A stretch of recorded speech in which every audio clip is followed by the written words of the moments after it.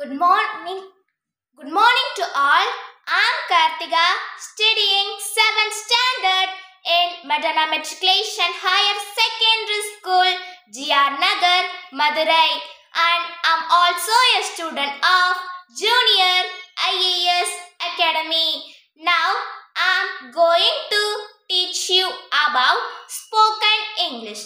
So ஆமாங்க, நான் இன்னைக்கு வந்து ஸ்போக்கன் இங்கிலீஷை பற்றி டே 1 ஹவு டு லேர்ன் இங்கிலீஷ், நம்ம இங்கிலீஷை எப்படி வந்து லேர்ன் பண்ணுறது கற்றுக்கிறது அப்படின்னு பார்க்க போகிறோம்.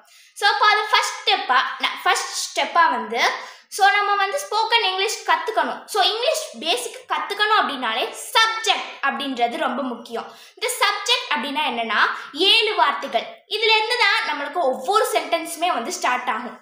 இப்போது அது என்னென்னு பார்க்கலாமா? I and she, he, it, they, we, are. So இதெல்லாம் தான் நமக்கு வந்து சப்ஜெக்ட். ஸோ இப்போ I அப்படின்னா என்ன தமிழில்? நான். அப்போ he அப்படின்னா என்ன? அவன். ஹீனா அவன். she அப்படின்னா அவள். ஷீனா அவள். அதே மாதிரி தான் இட் அப்படின்னா அது. இப்போ ட்ரீ இருக்குன்னா அப்போ அதை வந்து நம்ம வந்து அவள் அவன்லாம் சொல்ல மாட்டோம் இல்லையா? இட் அப்படின்னா அது அப்படின்னு சொல்லுவோம் இல்லையா? ஸோ இட், அப்புறமா யூ அப்படின்னா நீ, இல்லை அப்படின்னா நீங்கள் அப்படின்னு சொல்லலாம்.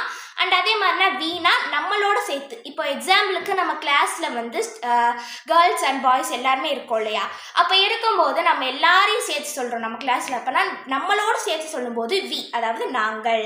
அண்ட் அதே மாதிரி தான் தே அப்படின்னா தேனா அவர்கள். ஏன்னா நம்ம அடுத்த கிளாஸ், இப்போ நான் 7th படிக்கிறேன், ஸோ பக்கத்து கிளாஸ் 8th அப்படின்னும் போது அவங்க வந்து 8th படிக்கிறாங்கன்னா அவங்க குரூப் வேறு இல்லையா? அப்போது தேனா அவர்கள்.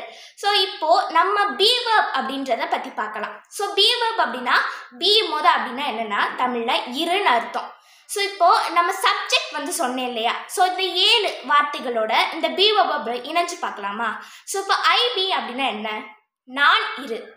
ஏன்னா ஐக்கு வந்து நான் அர்த்தம் இல்லையா? அப்போ பின்னா என்ன சொன்னேன்? இருன்னு சொன்னேன். அப்போ ஐபி. அதே மாதிரி தான் ஹி அப்படின்னா என்ன? அவன் இரு. ஷீ பி அப்படின்னா அவள் இரு. அதே மாதிரி தான் இட் பி, அது இரு. தே பி, அவர்கள் இரு. வி பி, நாங்கள் இரு. ஸோ இந்த மாதிரி நம்ம சொல்கிறோம் இல்லையா? இப்போ ஏதாவது ஒரு மீனிங் இருக்கா நான் சொன்னதுக்கு? ஒரு எண்ட்லெஸ் சென்டென்ஸ் மாதிரி தானே இருக்குது, ஒரு மீனிங்கே இல்லை. ஆனால் இதுக்கு ஒரு மீனிங் இருக்குது அப்படின்றது உங்களுக்கு தெரியாது. ஏன் அப்படின்னா நம்மளுக்கு மீனிங் இருக்காது. ஏன் அப்படி பார்த்தோன்னா நம்மளுக்கு வந்து இப்போது எண்ட்லெஸ் சென்டென்ஸாக இருக்குல்ல, அப்படி இருக்கும்போது ஸோ இப்போது நீங்கள் வந்து பி வெர்ப் அப்படின்னா இருன்னு அர்த்தம். இப்போது நம்ம இந்த பி வெர்பை வந்து ஐ கிட்ட வரும்போது ஸோ அது எப்படி கன்வெர்ட் ஆகுதுன்னா ஆமா மாறுது. ஏன் அப்படின்னா இந்த பி வெர்பை ஒரு பச்சோந்தி மாதிரி நினச்சிக்கலாம். ஸோ அப்போ அந்த பச்சோந்தி என்ன ஆகும்? தன்னோட இடத்துக்கு ஏற்ற மாதிரி, சூழலுக்கு ஏற்ற மாதிரி அது மாறிக்கும். ஸோ ஒரு மரத்து கலரில் இருக்குன்னா கரெக்டாக அந்த கலருக்கு ஏற்ற மாதிரி சேஞ்ச் ஆகுது மாதிரி தான் இந்த பி வெர்ப் அப்படின்றது ஐ கிட்ட வரும்போது ஆமா கன்வெர்ட் ஆகுது. அப்போது அந்த ஐ கிட்ட இருக்கிறது ஆம் அப்படின்றது ஒரு பி வெர்ப் தான். ஸோ புரியுதா? நம்ம ஐஎம் சொல்லும் போது எப்படி அந்த ஆம் அப்படின்றது ஒரு பி வெர்ப் தான், பட் ஐ கிட்ட வரும்போது ஆமா மாறுது. ஸோ அதே மாதிரி தான் ஹீ, ஷீ, இட், இந்த 3 கிட்டையும் இந்த பி வெர்ப் வரும்போது இஸ்ஸா மாறுது. அதே மாதிரி தான் வி, தே, யூ, இந்த 3 கிட்ட வரும்போது ஆரா மாறுது. ஸோ அப்போ பி வெர்ப் அப்படின்னா என்னன்னு சொல்லி உங்களுக்கு புரிஞ்சிருக்கும்னு நினைக்கிறேன். ஸோ இப்போ அடுத்து வந்து பார்த்தீங்கன்னா இந்த பி வெர்ப் அப்படின்றத எங்கெங்கெல்லாம் யூஸ் பண்ணணும்னு பார்க்கலாம். ஸோ இந்த பி வெர்ப் அப்படின்றத நம்ம 3 இடங்கள்ல வந்து யூஸ் பண்ணுவோம். ஸோ இப்போ நான் சொல்கிறதுக்கு முன்னாடி நான் இப்போ சொல்கிறேன்ல, இப்போ நான் சொல்ல போகிறது எல்லாமே வந்து இப்போ 3 இடங்கள்ல யூஸ் பண்ணணும் அப்படின்னு சொல்கிறேன் இல்லையா? அந்த சொல்கிறதெல்லாம் பூரா ப்ரெசென்ட்டில் எப்படி பி வெர்பை யூஸ் பண்ணணும் அப்படின்னு. அடுத்துதான் பாஸ்ட் அண்ட் ஃப்யூச்சர் அப்படின்றத அடுத்து பார்க்கலாம். ஸோ இப்போ வந்து ப்ரெசென்ட்டில் நம்மளுக்கு வந்து எப்படின்னா ஸோ 3 இடங்கள். அது என்னென்ன அப்படின்னா நம்ம எங்கே இருக்கிறோம், நம்மளோட இடம். இப்போ நான் வந்து வீட்டில் இருக்கேன், ஸ்கூலில் இருக்கேன், அந்த மாதிரி நம்ம அடுத்தவங்க கிட்ட இங்கிலீஷில் ஷேர் பண்ணும்போது நம்ம இந்த பி வெர்பை யூஸ் பண்ணி பேசணும்.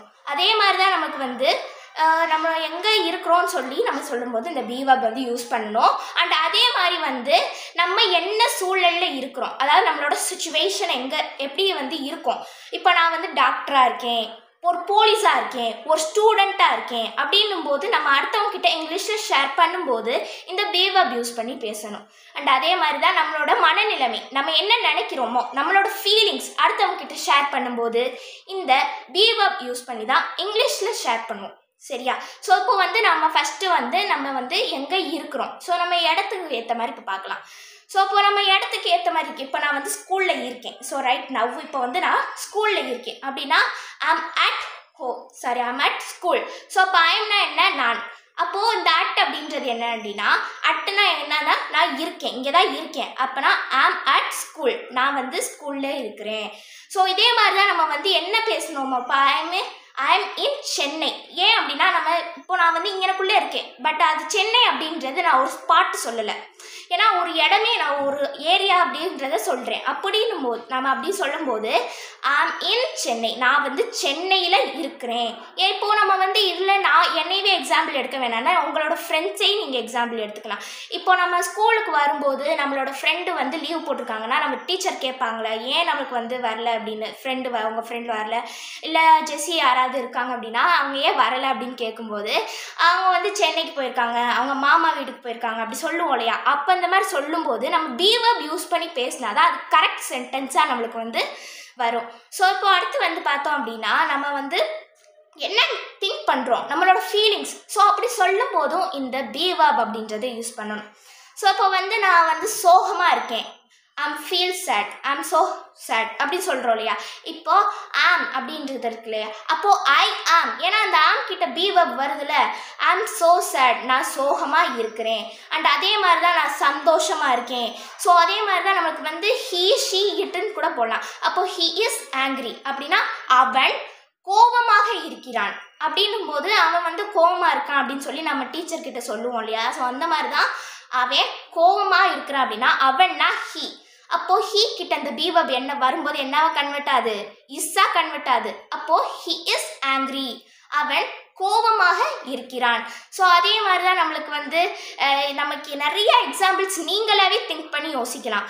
ஸோ அடுத்து வந்து நம்மளுடைய இடத்துக்கு தக்கபடி யூஸ் பண்ணணும்னு சொன்னேன், நம்மளோட மனநிலைமை. ஸோ இந்த விஷயங்கள்லாம் நம்ம வந்து யூஸ் பண்ணணும், பி வெர்ப் அப்படின்றது வந்து நம்ம யூஸ் பண்ணணும். அவ்வளோதான்.